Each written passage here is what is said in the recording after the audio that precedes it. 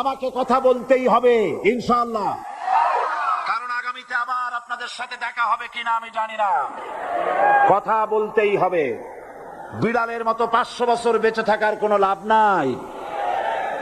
সিংহের মতো 1 ঘন্টা বাঁচতে চাই। আমি দেখতে পাচ্ছি বাংলাদেশের ভাগ্য আকাশে উত্তর গগনে কালো মেঘ জমা হয়েছে। ঝড়ের পূর্বাভাস লক্ষ্য করছি।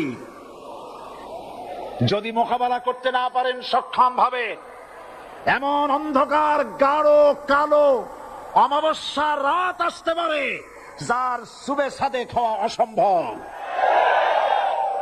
সুতরাং আপনারা কি কাপুরুষের মতো কাফের মুশরিকদের গোলামি করে মরতে চান? বিড়ালের মতো 500 বছর বেঁচে থাকার কোনো লাভ নাই। সিংহের মতো 1 ঘন্টা বাঁচতে চাই। তারপর বলছে কি, এরপরে বলছে আমাকে বলছে রাজাকার।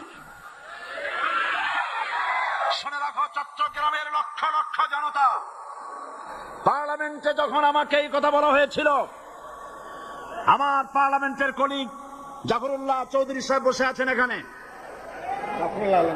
হ্যাঁ জাফরুল ইসলাম চৌধুরী বসে আছেন পাশে, প্রধানমন্ত্রী শুদ্ধ, অন্তত 3 শতাধিক পার্লামেন্টের সম্মানিত সদস্যরা সেদিন বসা। 1997 সনের বাজেট বক্তৃতা যখন আমি করতেছিলাম, ডক্টর কুদরতে খোদা, নাম রাখছে কুদরতে খোদা, আসলে গজবে খোদা। এই লোকটি নাস্তিক, ইসলামের চূড়ান্ত দুশমন। তার প্রণীত শিক্ষা ব্যবস্থার যখন সমালোচনা করছিলাম, ট্রেজারি বেঞ্চ থেকে আমাকে বলা হলো রাজাকার। আমি আমার সমস্ত শক্তি একত্রিত করে বলেছিলাম শুধুমাত্র হিন্দুস্তানের রাজাকারেরাই আমাকে রাজাকার বলতে পারে। আমি বলেছিলাম 1973 সন পর্যন্ত আমি বাংলাদেশের কোন রাজনৈতিক দলের নেতা এবং কর্মী ছিলাম না। আমি রাজাকার নই। আমাকে রাজাকার বলে যদি তাকেও প্রমাণ করতে না পারে 10 কোটি টাকার মানহানি মামলা দায়ের করব। আমার এই বক্তব্য সারা দুনিয়া শুনেছে। পার্লামেন্টে আমার এই বক্তব্য রেকর্ড হয়ে আছে। সেদিন 3 শতাধিক পার্লামেন্ট মেম্বারের কেউ আমার চ্যালেঞ্জ গ্রহণ করেন নাই। যে কোনো ব্যক্তি পার্লামেন্টে গিয়ে আমার বক্তৃতা দেখে আসতে পারেন। এরপরে 1997 সনের 7ই অক্টোবর দৈনিক জনকণ্ঠ পত্রিকা যখন আমার বিরুদ্ধে লিখলো, সেই পত্রিকায় সাইদির ওপেন চ্যালেঞ্জ 8ম পাতা, 1997 7ই অক্টোবর, এত বড় 2 কলমে হেডিং। সেখানে আমি বলেছি বাংলাদেশের সকল সাংবাদিক, গোয়েন্দা বিভাগ, বাংলাদেশের সকল বুদ্ধিজীবীকে আমি আমার পিরোজপুরে আমন্ত্রণ করছি।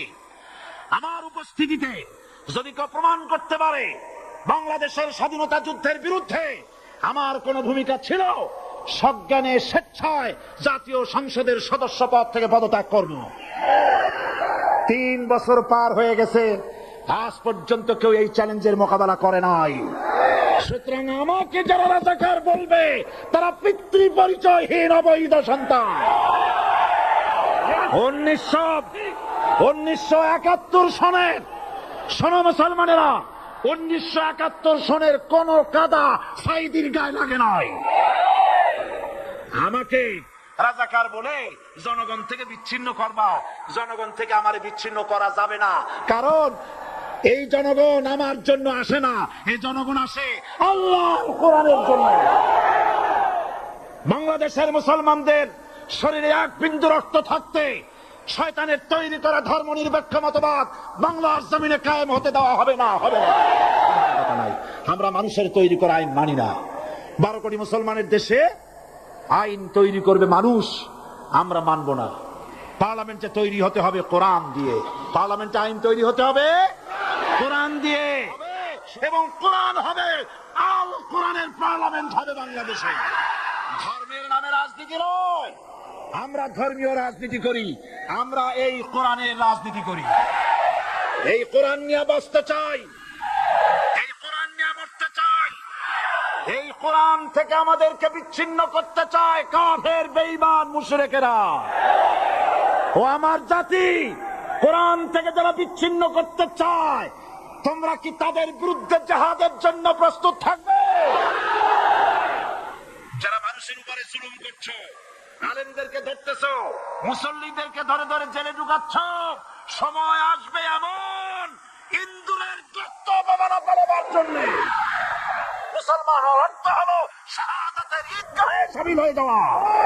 তাড়াহুড়ো করো না, অপেক্ষা করো, ধৈর্য ধরো, মার খাও, জেলে যাও, শহীদ হও, আল্লাহর রাজ কায়েম হবেই হবে।